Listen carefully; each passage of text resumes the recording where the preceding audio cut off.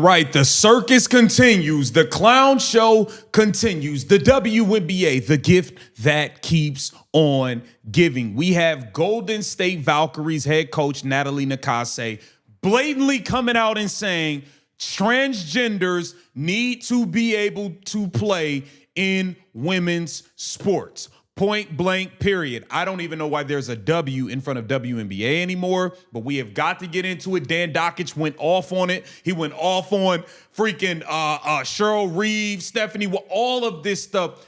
This is a circus. Kathy Engelbert needs to step in and do something about this. Welcome to Keep the Vision. Make sure you like, comment, subscribe, share the channel, hit the bell notification, hype the video. That'd be greatly appreciated.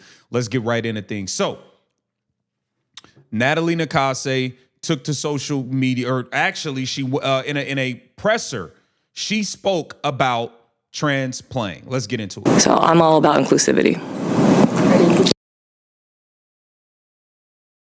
I know you don't have the fever again in the regular season, but coming out of the break, one of the big news stories has been Sophie Cunningham and the protests for her and protests against her. And, you know, they had a national televised game today and Cheryl, you know, wore a shirt, and it's just a conversation. I'm wondering, just what do you think about it? Do you think that's good for the league? Does it detract from the basketball? Is it just noise? I'm just wondering what your opinion is. I think, thank you for that question. I think just in terms of how I'm seeing it is, if I could answer with, like, for me, sports is about belonging. It's about inclusivity. It's about allowing everyone to be their authentic self. You know, I'm big on that just because I have been criticized for my height, for my ethnicity. I've been in those "you shouldn't belong here" many times. And for me, I don't want that space, especially Golden State, to ever feel like that. So I'm all about women, little girls deserving to play, and that includes trans women. So she said, I'm about little girls being able to play, and that includes trans women. So Natalie Nakase is all in on trans playing in the WNBA. This thing is crazy. This is absolutely crazy. This is wild. They said they act like women's sports are the only sports biological men can play in men's sports. If LeBron James suddenly identified as a woman and played in the WNBA, no one would be supporting this anymore. This is wild, man. Because some men can't make it in men's sports, they can dominate over women. Forget all of that. I mean, that, like, at this point, they might as well get rid of the W in front of the WNBA. And what happened to the whole no space for hate thing? You know, what about what happened to that? It seems like it's okay when it comes to Caitlin Clark, though. I didn't like Clark. I didn't think I could dislike anyone more than Clark. Congrats, Cunningham. Now, Dakich went off on this.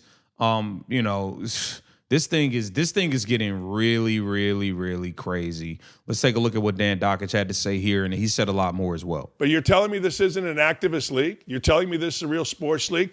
Is there anybody not saying trans kids belong? Yeah, they belong. Everybody belongs. We all belong. We all have a spot. There's room for all of us, but not in women's sports if you're a dude. Look, I say everybody belongs in sports because right now we do it all in one league, the girls. We don't want that.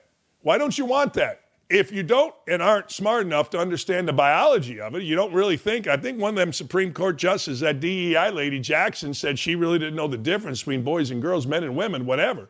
I think it was her. Well, if you don't really know the difference, why are they all playing with girls? Apparently you got some idea of the difference, but you're telling me this isn't Yeah. He's on to something. He's on to something, man. I think bro, it's kind of ridiculous at this point. Like, it's kind of like, you guys, like, y'all are serious? Y'all still going on about this? You really see these women in the WNBA, they hide behind the word inclusive. They hide behind it like it's a shield, and they're all frauds. Stephanie White's the dumbest of them all. I don't care, and I understand that she's afraid for her job, but she just comes off as stupid. If you want to see the biology, it's very clear. Very, very clear. Watch a women's tennis match, watch a men's tennis match, and it'll help you. If you're not smart enough to watch the NBA and watch the women's NBA, or you're not smart enough to watch volleyball where the men go and where the women go. I'm sorry, lady. The fact that you say you're not educated shows you're just stupid. And you opened yourself up for people to know exactly who you are. And that is a gutless coward. That is stupid. And I hate to say it because she's a nice girl. Very nice girl. Hey, and she's been given unbelievable jobs. She's actually an analyst for college and professional basketball. And this is in reference to Stephanie White saying she's not educated on this. Can you believe this dumbass is that? And she's among the worst. Anyway, if you're not following Don't At Me, the podcast, what are you doing? Hey, that's oops. You're speaking on outside noise. So she stood and understands she stood on the shoulders of other women.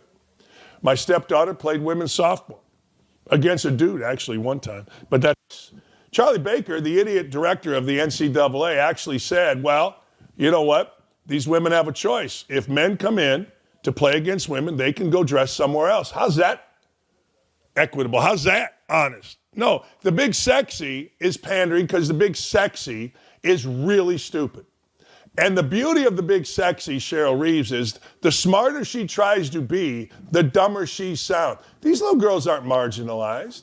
These little girls are smarter than you. Why? I'll tell you exactly why. Because they are unencumbered by consequence. You, the big sexy, know having biological males in women's locker rooms is wrong. You know it's wrong.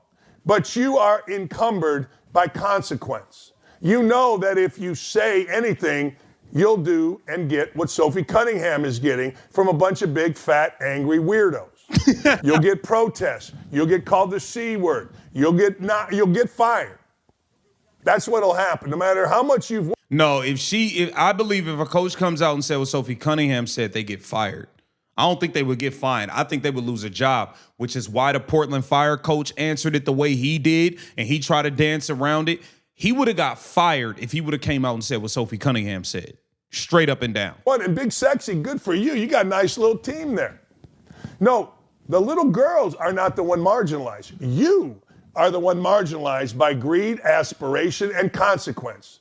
You know, the people that came before you, like Coach Hutch over there in Michigan, hey, they just wanted to play. Girls got together. That's how the University of Michigan started their softball team. Girls got together, went and played.